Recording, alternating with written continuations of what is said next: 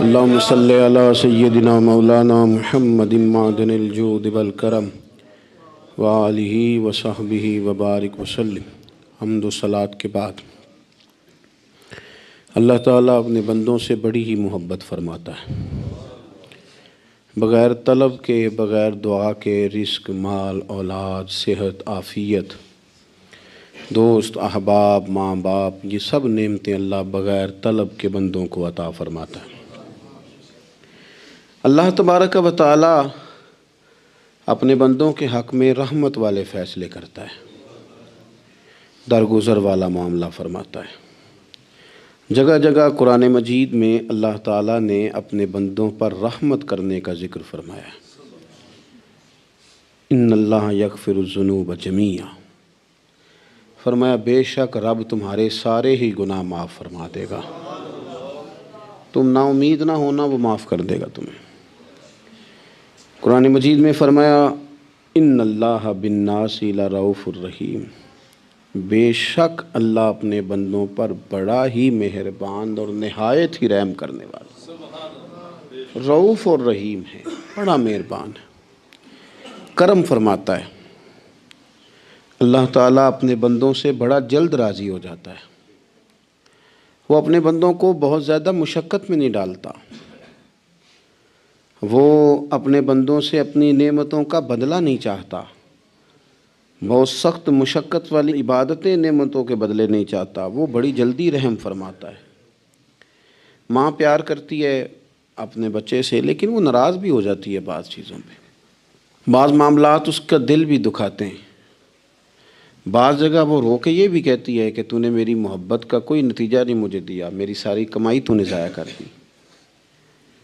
والد بہت ساری جگہوں پہ ناراض ہوتا ہے، شکوہ کرتا ہے، کہتا ہے میری بیماریوں کی، پریشانیوں کی، بڑھاپے کی، کمزوریاں کا سبب بیٹے تو ہی بن گیا، یہ ساری تکلیفیں تو ٹھیک ہو جائیں تو میری شاید عمر بھی بڑھ جائے، صحت بھی ٹھیک ہو جائے، میں زیادہ دیر جوان رہ سکوں۔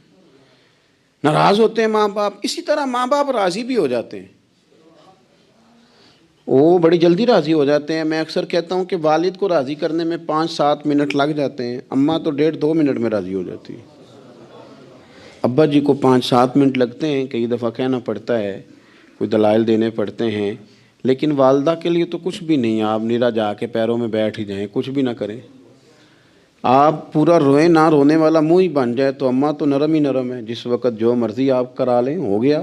اللہ تبارک و تعالی بلا مثال و بلا تشبیہ سمجھانے کے لیے عرض کرتا ہوں، اللہ بھی بعض معاملات میں اپنے بندوں سے ناراض ہو جاتا ہے۔ وہ کہتا ہے میں تکبر کرنے والوں کو پسند نہیں کرتا، وہ کہتا ہے فسادی پسند نہیں ہیں، وہ فرماتا ہے کہ راہوں میں کجی کرنے والے پسند نہیں ہیں، وہ فرماتا ہے کہ بدعہدیاں کرو گے تو میں صبح قیامت تم سے سوالات کروں گا۔ اللہ تبارک و تعالیٰ بہت ساری چیزوں کو ناپسند کرتا ہے، ناراض ہو جاتا ہے، بلکہ نبی پاک صلی اللہ تعالیٰ علیہ وسلم نے فرمایا تم بات کرتے کرتے کوئی ایسا جملہ بول دیتے ہو کہ رب اتنا ناراض ہوتا ہے کہ تمہیں پتہ بھی نہیں ہوتا، تمہارے لیے جہنم کا فیصلہ کر دیتا ہے۔ اس لیے پہلے تولو پھر بولو، خود اپنے لفظوں کی تو تم پہرے داری کرو نا کہ میں کیا کہہ رہا ہوں۔ کوئی ایسا جملہ، کوئی ایسی بات، وارث شاہ مان کری نہ وارثاں دا، کوئی ایسی بات نہ تمہاری زبان سے نکلے۔ اور حضور یہ بھی فرماتے ہیں کہ اس کا دوسرا پہلو بھی ہے، بعض اوقات تم بات کرتے ایسا جملہ کہتے ہو وہ اتنا راضی ہوتا ہے کہ تمہارے لیے جنت کا فیصلہ فرما دیتا ہے۔ مسلمان کو اب یہ حکم ہے، اس ساری گفتگو کا نتیجہ یہ ہے کہ وہ اپنے جذبات پر، خیالات پر، نگاہوں پر، زبان پر، کانوں پر تھوڑی توجہ دے، بے لگام نہ بنے، بے ترتیب نہ بنے، جو طبیعت میں آئے کر نہ گزرے، تھوڑا سا نہ سوچے سمجھے اور تھوڑا سنبھل کے چلے، کبھی ان کاموں کی طرف نہ جائے جن سے رب ناراض ہو جاتا ہے، ان کاموں کی طرف بڑھے جن سے اللہ راضی ہوتا ہے۔ میرے نبی پاک صلی اللہ تعالیٰ علیہ وآلہ وسلم نے ارشاد فرمایا، بعض احادیث میں لفظ یہ ہیں کہ اللہ اپنے بندوں کو دیکھ کے مسکراتا ہے، جو اس کی شان کے لائق ہے۔ جس ترتیب سے ہم مسکراتے ہیں، جس ترتیب سے ہم روتے ہیں، جس ترتیب سے ہم کسی بات کا اظہار تشکر کرتے ہیں، خدا ان باتوں سے پاک ہے۔ اب بہت ساری حدیثوں میں آیا کہ وہ مسکراتا ہے، تو کیا مطلب ہے مسکرانے کا؟ تو علماء تفسیر نے لکھا ہے مسکرانے کا مطلب یہ ہے کہ وہ بڑا ہی راضی ہوتا ہے اپنے بندے سے، بڑا راضی ہوتا ہے، یہ مطلب ہے۔ ایک تو مسکرانے کا مطلب یہ کہ وہ بڑا راضی ہو گیا، بڑا راضی ہو گیا، وہ مسکرا دیا اپنے بندے پہ۔ اور ایک اس کا معنی خود نبی پاک صلی اللہ تعالی علیہ وسلم نے بیان فرمایا، مسند امام احمد بن حنبل میں حدیث ہے، حضور سید عالم علیہ السلام سے صحابہ نے پوچھا یا رسول اللہ شہید تو بڑے لوگ ہوتے ہیں، شہیدوں میں افضل کون ہے؟ تو اللہ کے حبیب علیہ الصلوۃ والسلام فرمانے لگے وہ والا بندہ جو ڈٹ گیا تھا کافروں کے مقابلے میں، وہ ہلا نہیں، پوری طرح ڈٹ کے جو لڑا وہ شہداء میں افضل ہے۔ حضور فرماتے ہیں وہ جنت کے بالا خانوں میں سیر کرے گا اور رب اسے دیکھ کے مسکرائے گا، رب اسے دیکھ کے مسکرائے گا، اللہ تعالیٰ مسکراتا ہے اسے دیکھ کے۔ اور اگلے جملے میں حضور نے وضاحت کر دی، فرمایا جب رب دنیا میں کسی پر مسکراتا ہے نا تو اس کا معنی یہ ہے کہ قیامت میں پھر اللہ اسے حساب کوئی نہیں لے گا۔ جس پر اللہ دنیا میں مسکرا دیا اس سے کوئی حساب، تو وہ کام ڈھونڈنے چاہیے نا جس سے اللہ مسکرائے۔ ویسے کبھی ہم ایسا کرتے ہیں کہ نہیں کہ کسی کو راضی کیا جائے؟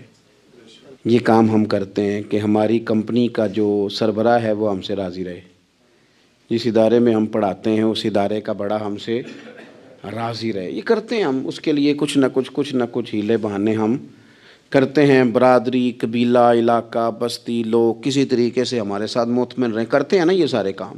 اس میں تھوڑی مشکل بھی ہمیں آتی ہے لیکن کرتے ہیں، کیا کریں۔ گھر میں بھی کئی دفعہ ایسا ماحول بنانا پڑتا ہے۔ چلیں ایک اور میٹھی مثال دیتے ہیں، زیادہ سمجھ میں آئے گی۔ چھوٹا بچہ خوش رہے، آپ اس کے لیے محنت نہیں کرتے، وہ چھوٹا ہے، اس کو خوش کرنا فرض ہے ابا پہ، لیکن وہ کہتا ہے کہ میں نے موٹر سائیکل لینا ہے، چھوٹا ہے چلا ہی نہیں پائے گا، تو ابا پھر اسے راضی کرتا ہے، کہتا ہے بیٹے چھوٹا سائیکل لے لے، چل میں تجھے اڑانے والا جہاز لے دیتا ہوں۔ مقصود کیا ہے کہ اس کو ناراض نہیں کرنا، یہ روئے نہ، اس کا دل نہ ٹوٹے۔ ہو یارو سنو نا میں کیا کہہ رہا ہوں، اگر چھوٹے بچے کے لیے وہ چیزیں ڈھونڈتے ہو، میرے ابا جی نا اپنے نواسے کے لیے کھلونا لے کے آئے تو بچہ بڑا ہی کھیلا، تو ابا جی کہنے لگے لو پیسے پورے ہو گئے میرے، بچے کو پسند بڑا ہے نا، پیسے پورے کر چھڑے نے، دیکھو نا جی کتنا اس کو راضی ہوا ہے۔ تو انسان کیا کرتا ہے کہ کوشش کرتا ہے چھوٹا بچہ بھی ناراض نہ ہو، تو وہ چیزیں وہ ڈھونڈتا ہے کہ اس کو کیا پسند ہے، چاکلیٹ لے جاؤں، فلاں چیز لے جاؤں، آئس کریم لے جاؤں۔ تو ایک بچے کے لیے، گھر کے لیے، سربراہ کے لیے اتنی محنت کرتے ہو، تو وہ کام بھی ہمیں ڈھونڈ کے تلاش کرنے چاہیے نا جس سے رب راضی ہوتا ہے، اللہ راضی ہوتا ہے۔ بتاؤں وہ کون کون سے کام ہیں؟ نبی کریم صلی اللہ تعالی علیہ وسلم نے ارشاد فرمایا 3 لوگ ہیں جنہیں دیکھ کے رب مسکراتا ہے۔ یا رسول اللہ صلی اللہ علیہ وسلم وہ کون کون سے؟ تو محبوب فرمانے لگے ایک وہ بندہ ساری مخلوق سوئی ہے، آدھی رات ہے، رات کا پچھلا پہر ہے، اس نے اٹھ کے وضو کر لیا، مصلی پہ کھڑا ہو گیا خدا کی یاد میں، فرمایا اسے دیکھ کے رب مسکراتا ہے جو اس کی شان کے لائق ہے، مسکراتا ہے اللہ۔ یہ تو سونے کا ٹائم تھا، یہ تو گہری نیند آنے کا وقت تھا، رات کا پچھلا پہر، رات پوے تے بے درداں نو نیند پیاری آوے، تے درد منداں نو یاد سجن دی ستیاں وی آن جگاوے، اور ساون کی کالی راتوں میں جب بوندا باندی ہوتی ہے، وہ راتوں کو اٹھ اٹھ روتے ہیں جب خلقت ساری سوتی ہے، اللہ مسکراتا ہے۔ اور سننا میرے بھائی، میرے نبی پاک صلی اللہ تعالی علیہ وسلم فرماتے ہیں جب مسلمان نماز کے لیے صفیں بناتے ہیں نا، ترتیب لگ رہی ہوتی ہے، اب اللہ کی بارگاہ میں کھڑے ہوں گے، قیام کریں گے، رکوع کریں گے، سجود کریں گے، فرمایا جب مومن صفیں بناتے ہیں تو رب دیکھ کے مسکراتا ہے، مسکراتا ہے۔ کمال ہو گئے عروج بندگی کا، جب بندے کو دیکھ کے رب مسکرائے، خدا بندے سے خود پوچھے بتا تیری رضا کیا ہے، مسکراتا ہے۔ اور میرے نبی پاک علیہ السلام فرماتے ہیں جب مجاہد جہاد کے لیے صفیں سیدھی کرتے ہیں، آج تو یہ رب کے نام پہ مرنے ہی آ گئے، یہ صفوں میں کھڑے ہوں گے، ترتیب سے لڑیں گے، ترتیب سے گلا کاٹیں گے کافروں کا یا شہادت لیں گے، فرمایا جب جہاد کے لوگ صفیں بناتے ہیں تو رب انہیں دیکھ کے مسکراتا ہے۔ کتنے نصیبوں والا وہ بندہ ہے جسے دیکھ کے مسکرا دیا۔ او یار کبھی تیرا بیٹا تیرے سامنے مسکرائے نا چھوٹا تو تیرا دل باغ باغ ہو جاتا ہے۔ تیری ماں بیمار کسی ایک دن صحیح طرح ہنس پڑے تو طبیعت خوش ہو جاتی۔ مجھے بتاؤ نا جس کا رب بھی اسے دیکھ کے ہنس پڑے، جو اس کی شان کے لائق ہے، کیا اس بندے کے نصیبیں ہیں، کیا اس کے مقدر ہیں۔ آپ اس مقام پر اپنے آپ کو لائیں۔ اب دیکھیں نا یہ حدیث آپ نے سن لی، اب ہم نے نا اس طرح صفحے نہیں بنانے جس طرح ساری دنیا، اب ذرا صفحے بھی شوق سے بنائیں گے۔ اب ذرا تھوڑا سا شوق پیدا کریں گے، بھئی یہ تو میں وہ کام کرنے لگا ہوں جسے دیکھ کے رب مسکراتا ہے۔ نبی پاک صلی اللہ علیہ وسلم نے فرمایا جب کوئی بندہ توبہ کرتا ہے نا، ہم توبہ کا رٹا لگاتے ہیں، یا اللہ میری توبہ یا اللہ۔ اور توبہ کا تو مطلب یہ ہے کہ پچھلے گناہوں سے پکی توبہ، آج کے بعد یہ غلطی نہ کرنے کا پکا وعدہ۔ تو نے ساری شب برات رو کے گزاری ہے، بتا سویرے جھوٹ جوڑنے کا ارادہ ہے تیرا؟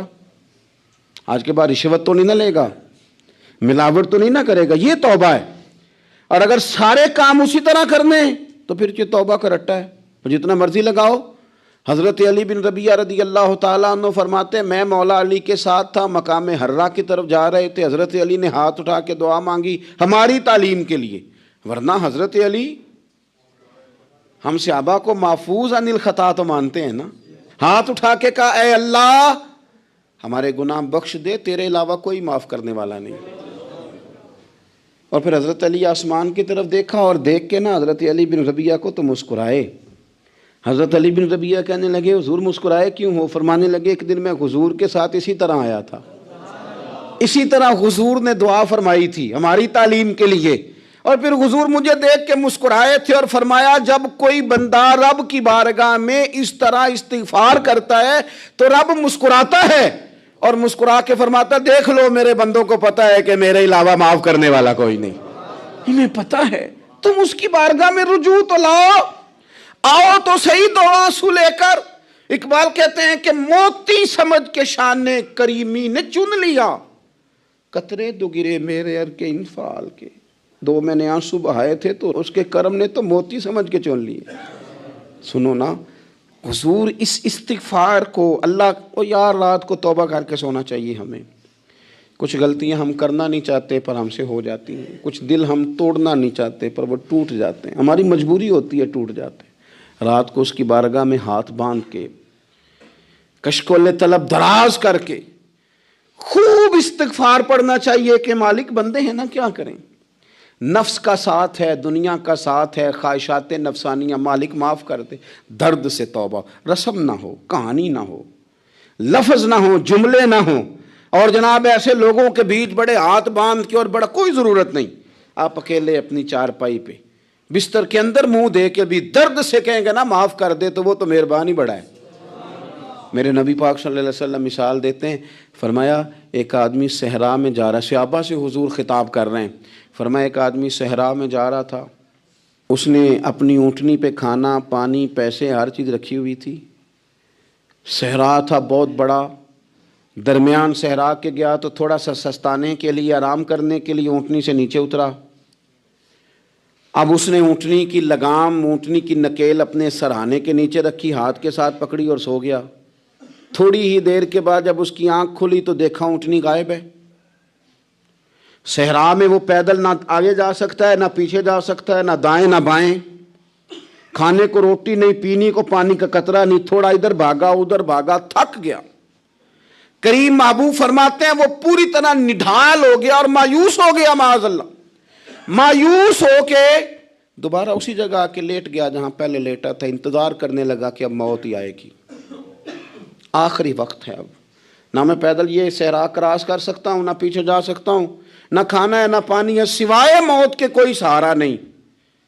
حضور فرماتے ہیں وہ رستے میں دوبارہ لیٹ گیا، اچانک اس نے رخ بدلا تو اونٹنی سامنے کھڑی تھی۔ حضور نے صحابہ سے پوچھا بتاؤ نا اسے بھلا کتنی کو خوشی ہوگی؟ یا رسول اللہ جسے نئی زندگی مل گئی ہے۔ آپ دیکھیں نا سارے ڈاکٹروں نے کہہ دیا کہ اس کے تو گردے معدہ جگر ہر چیز ختم ہے، گھر لے جاؤ خدمت کرو، ہر طرف پریشانی ہے. وہ بندہ بھی سمجھ گیا ہے کہ آخری وقت آ گیا, کل جاؤں پرسوں جاؤں, تیاری ہو گئی, سب لوگ آ گئے, باہر والے بھی آ گئے, یہ ماحول ایک عجیب رنگ اختیار کر گیا. اچانک ایک ڈاکٹر نے آ کے کہا نہیں نہیں غلطی لگ گئی تھی. مجھے بتائیے انداز کیا ہوتا ہے؟ بغیر دوائی کے بندہ اٹھ کے کھڑا نہیں ہو جاتا. او میں تو بچ گیا ہوں. نبی پاک صلی اللہ علیہ وسلم فرمانے لگے اس کی اونٹنی مل گئی. بتاؤ بھلا اسے کتنی خوشی ہوگی. یا رسول اللہ وہ تو دوبارہ دنیا میں آ گیا. حضور فرمانے لگے اسے کچھ بھی خوشی نہیں ہوئی. جب کوئی رب کا گناہ گار بندہ آ کے توبہ کرتا ہے, رب کو اس سے کئی گنا زیادہ خوشی ہوتی ہے. میرا بندہ آ گیا ہے, میرا بندہ آ گیا ہے, میرے گھر آ گیا. اس نے آنسو بہائے ہیں. اس نے کہا اللہ میں تیرا ہی ہوں, تیرا ہی رزق کھاتا ہوں, تیری ہی زمین پہ رہتا ہوں, تیرے نام سے میری سانسیں چلتی ہیں. وہ آ گیا. فرمایا اس اونٹنی والے سے زیادہ رب کو خوشی ہوتی ہے جب گناہ گار آ کے توبہ کرتا ہے. گناہ گاروں کے آنسو اس کی بارگاہ میں بڑے مقبول ہیں, لیکن ہم رسم ادا کرتے ہیں, توبہ نہیں کرتے.